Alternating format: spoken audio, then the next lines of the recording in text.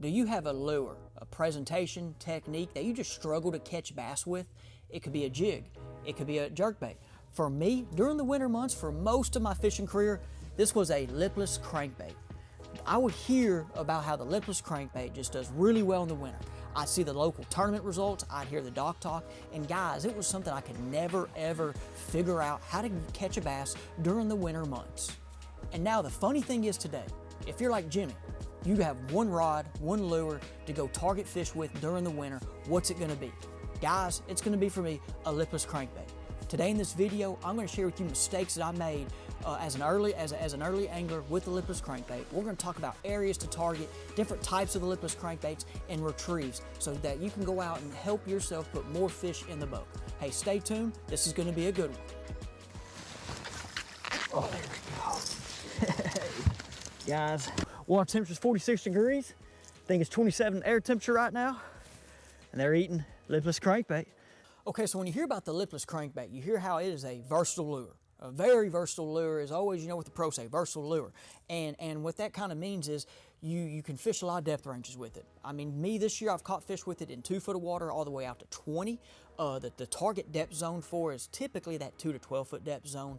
But you can catch fish in deeper water when you're clear situations with certain cover. But the other thing about it being versatile, and this is the mistake that I made, okay, the first mistake I made with it is not understanding the type of fish you're targeting. And that can be suspended fish.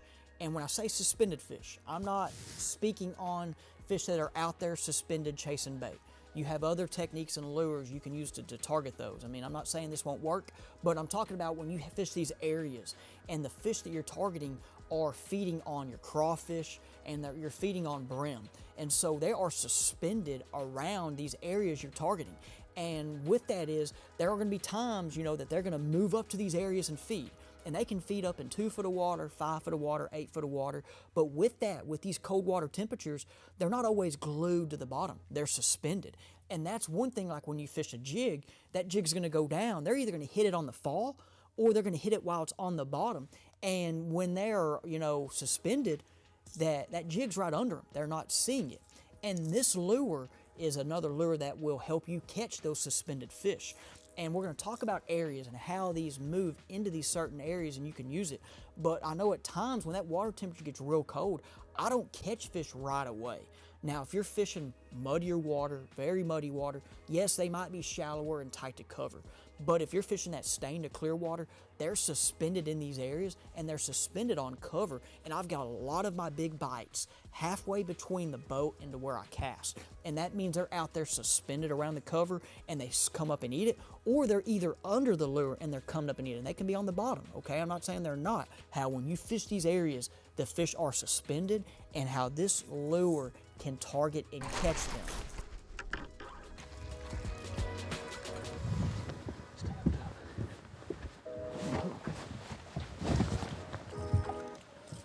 There we go, look at that fish right there. Hey, so this spot right here that I just caught, this fish right here, probably a 4-pound fish, was right off of a ditch, right in the middle of a small creek, right off of a ditch on a flat point, shallow point, okay? My boat's in about 12 foot of water right here, and what we have is just a little ditch with a flat point. That fish was up there just feeding on that flat point.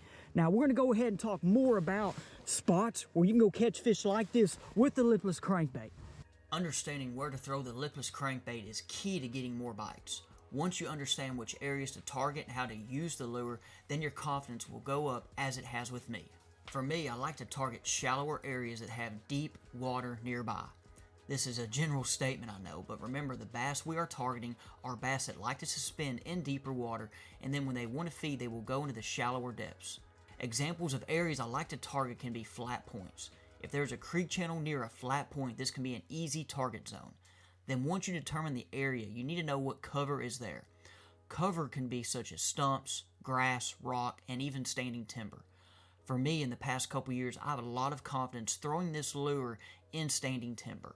The next area I like to target is ditches. You hear about ditches, drains, and the lipless crankbait can be one of the best lures to throw in these areas. Before you throw it though, you need to understand what type of depth is in the ditch and the cover. The ditch can be a rock transition. It can have standing timber there. The ditch can also be a long, flatter one with submerged grass on both sides. Understanding the cover and how it sets up will get you more bites. For me, when fishing ditches, I will target both sides and then also throw down the middle. The middle of the ditch can hold the suspended fish, and at times you can trigger a bite from one of these fish as they are not ready to see a crawdad or shad imitator swim right near its face. So guys, as a young teenager, I remember walking into Walmart, Academy, Bass Pro, and if I saw a paper map, man, I'd buy it, okay? And I had so much paper maps, by the time I was in college, my wall was filled with these paper maps, okay? And with those paper maps, I'd study them. There'd be lakes that I would fish, of course, or they could be lakes that one day I'd want to fish. Example, Lake Fork. Now, with these paper maps, there was always a little key, a little box, a little area of like, hey, go fish this creek in the spring, or hey, in the summer, go fish this hump for largemouth bass, throw a crankbait, throw a Carolina rig, okay, or hey, the crappie are here, right? And I was always like, you know, of course you go check out some of those areas, but sometimes I was just like, hey, is everybody else fishing these too, or, you know, should I even check that out? Now today, we don't need paper maps as much. I mean, it's kind of a historic tool. We got our electronics, we have our apps on our phone. But guys, today there's also another tool that's better than the paper map, and that is the map lake breakdowns on fishthemoment.com. So go to fishthemoment.com, check out the map lake breakdown, see if your lake's on it, or if you want a personal breakdown, hey, the team will do it. Between Johnny, Randy Blockett, and Matt Steffen, there's a ton of lakes out there. And once again, if you want your own lake or a lake you're going to that's not on there, send the email, we'll get it done. 40 GPS points for you so you can plug into your unit. Hey, now let's get back to the video. These bass can also be using the cover that is in the ditches, as it could be standing timber, the grass edges, rock transitions. These are just prime examples. They can be in the grass edges on the side of the ditch, or they could be in the timber that's in the middle of the ditch, and then they would like to move up to the shallower flats when they're ready to feed. Now, one of my favorite areas to target with the trap is the shallow flats. When I'm fishing a lowland reservoir, this is one of my prime areas I look for. When fishing flats, you need to use your electronics, your trolling motor, mapping to find the creek ditch. Once you find the creek ditch, look for bends in the ditch or cover that is nearby the ditch. The bass will use these creeks as paths to travel, and cover nearby are easy places for them to stop. Cover can include stumps, logs, grass, and even a sneaky one, shell beds. These areas can be hard to pick apart with a contour map, so you might have to go to these areas and determine and break it down on your own. One unique way to break down these flats is to use Google Earth and see if there is a low picture of the lake when the lake was lower than normal, and then if you find the ditch, I like to mark the points on my computer and then move these points or the line into my Lowrance unit. And then one last area to target, which is in more of an easier area, but let's break it down even more, is your rock banks. If you have a rock bank, and of course if there's a channel swing nearby, that helps, or if there's a channel just near the bank. But with the rock banks, there's so much area to target, and you need to find that unique sweet spot. Look for the cuts in the bank, which can then create a ditch. Look for your little subtle points. Sometimes these rock banks, it's hard to even look at it on a contour map or even Google Earth. So if you determine a rock bank area, look for those subtle changes. It could even be as simple as a rock transition. And you can use the lipless crankbait to target the suspended bass on these banks, or if it's a shallower rock bank, then of course you just need to determine the depth that the bass are using. Are they up feeding in 2 foot of water, or are they feeding in 4? Or you're off the bank, as in I typically try to be in that 15 to 20 foot is where I like to place my boat. Throw the trap up in that shallower depth, and then once you start getting bites, you will realize which depth the bass are using that day. We're going to talk about sizes to throw and why to throw what sizes. We're going to talk about colors and then sounds, okay? I have a bunch of different brands here, and I'm not going to go into the brand talk. All the links to these lures are down in the description below. Because I throw a bunch of brands. These are just some of the ones I like here, and I'll just go over a little bit of it, but I have more brands in the box. Hey, so there are half-ounce sizes, a quarter sizes, 3/4 sizes, and then when you start to see too, there's a 5/8 size. So like Strike King has this half-ounce size. They do have the quarter, the smaller one, and then a 3/4 ounce size, okay? And then like right here, Spro, this is a 5/8 ounce size. I really like the 5/8 ounce size. It's that kind of that size of between the smaller and the bigger. But like right here, you see, here is 6 cents. This is their 5/8 ounce size. So this is the Spro Aruka Shad 75. I've caught a lot of fish with this lately. You've seen footage of it. It's been a really good lure for me this winter. And then the Quake 70 here, this is their 5/8 size. And as you see, this one is still bigger than this one by just the body shape. So like right here, here's the 1/2 ounce from Strike King, 1/2 ounce from Spro, and then, you know, as I said, we got the bigger ones. But when to throw these smaller 1/2 ounce versus, let me get that out, the 3/4. This is the Booyah One Knocker in the 3/4 size. But for me, on throwing the sizes, if I'm fishing shallower water, I'm going to go with this 1/2 ounce size, okay? So, and that shallow water can be anywhere from 2 to 8 feet, all right? Now, if I'm fishing a lake that does have a lot of big fish, okay, I will throw those bigger sizes, okay? The 3/4 ounce size are bigger. But like some lakes, guys, they really just want the smaller one. Like I have a local lake, and it's a stained lake. It can be muddy. It can get clear. But, dude, I'll catch a lot of 5 to 7 pound fish with this smaller size. But if I'm going down to Texas and fishing, you know, going down to Texas, fishing bigger fish, going with the 3/4, or if I'm fishing, as you've seen in some footage, deeper, clear water. If I'm fishing that deeper water, it could be stained too, I'm going to go with a deeper size lipless to get down there to them fish or to my structure, such as grass or cover that I'm fishing. All right, now let's talk about colors. As you see, I got a lot of reds right here, okay? And for me in the South, and a lot of people, the crawdads get this, you know, can get real red, and it's just red's a very good color in the South. I do have shad patterns. Shad patterns, of course, they're in the box. I just didn't pull any of those out. I do have this blue up here, okay? That blue, like I said, I've got tried to give this a shot lately. But I know depending where you're at in the country, you might need to go more of a brim pattern, okay, or more of a brighter pattern. Now, I know, like I said, me talking to the guys that like the brim colors, you can throw it in the clear water, of course, wind helps, but also in that stained water, the brim patterns tend to do better. So like down here in the South, reds work for us, depending on your lake, where you live, on what colors to throw, okay? Like once again, I do like the shad patterns, but man, I have a lot of confidence in red and catch a lot of fish with the reds and variety of reds, okay? Like I said, this red, the chartreuse craw right here, been a pretty good color. Then you see here's a little chrome finish red, okay, with a little purple right there. Like I said, there's times where they might want a different red color. Okay, now let's talk about sounds. That's one of the biggest thing now you hear is sounds, from chatterbaits to, you know, your deep diving crankbaits of silent, not silent. Now we have it with the lipless. So you have this, you know, original rattle sound, okay, right here. Then you have now this kind of this light, I say light, one just kind of rattle going back and forth. This is the Tungsten 2-Tap by Strike King. Then you hear the Booyah One Knocker. It's just that subtle difference of a sound. Here's the Spro Wamiku Shad, okay? I might say it wrong. All right, so they all kind of sound similar, but just still a little different. Guys, the rattles, okay, for me, when to throw this different style sound compared to these. For me, what I've learned that works, throwing these earlier in the winter, all right, seem to work better. But when I get later in the winter, that February time as we're about to get to March, start going to these sounds. Now, some guys on different lakes, if you have a pressured lake, you might need to go with more of this sound. I know just from me talking to people and just understanding how the fishing world works, a lot of people have these style lures. Okay, not just the red-eye shad, but this sound. Not many people have these sounds right now. So the fish hear this more.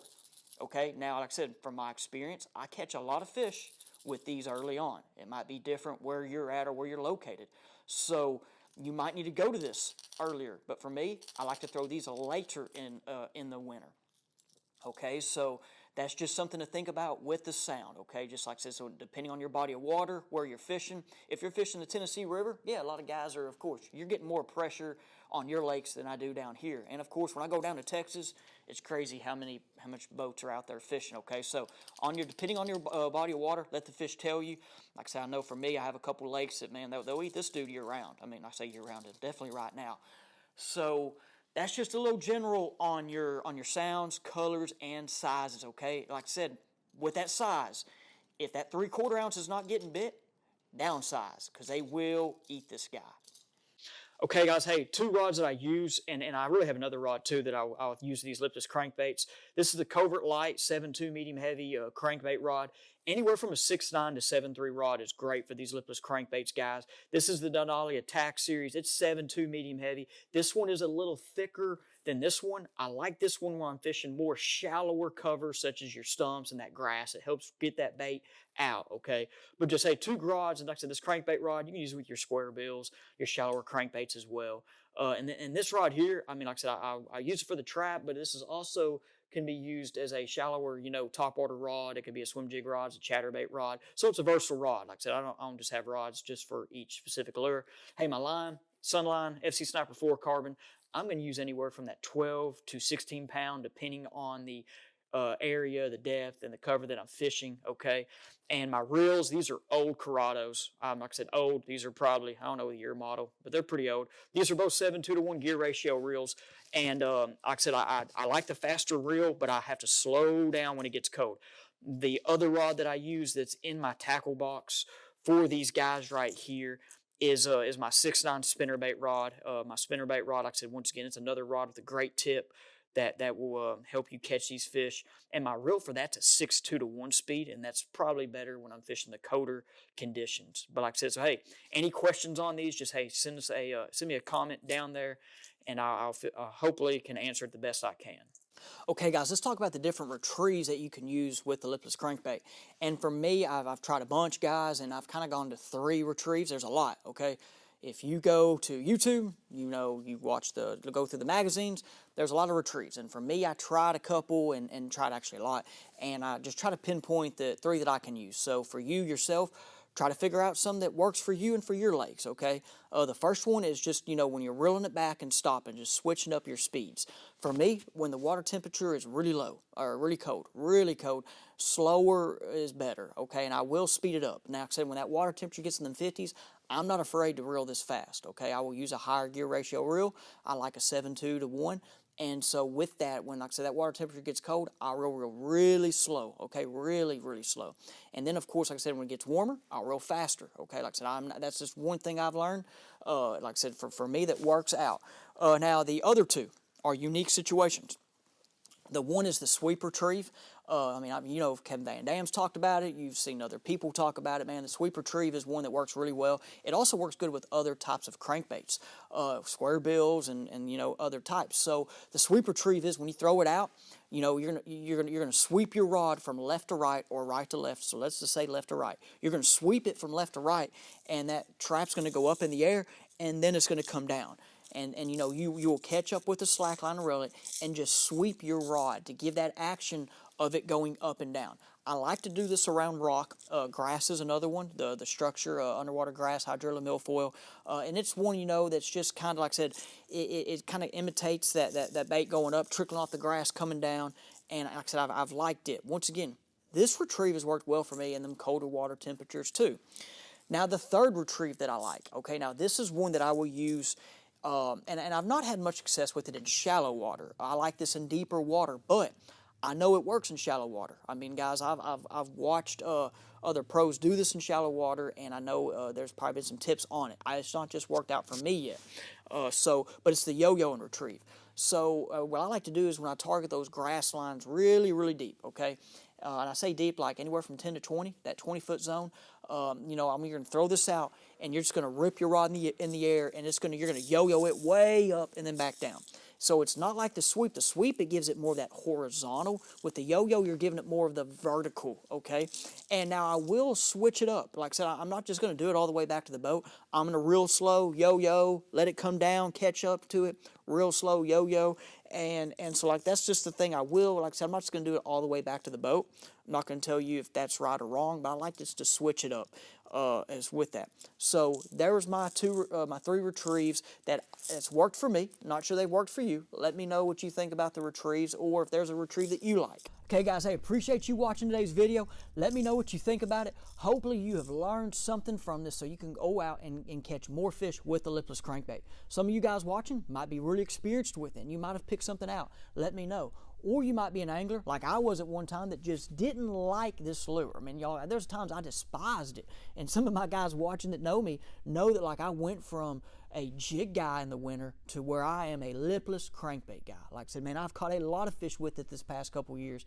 It has, man, been one of my favorite ways to catch fish. And part of it is just because I think I've figured out how to catch fish with it. So, hey, hopefully this helps. Appreciate you guys watching. Please subscribe, give us a like, and we'll see you next time.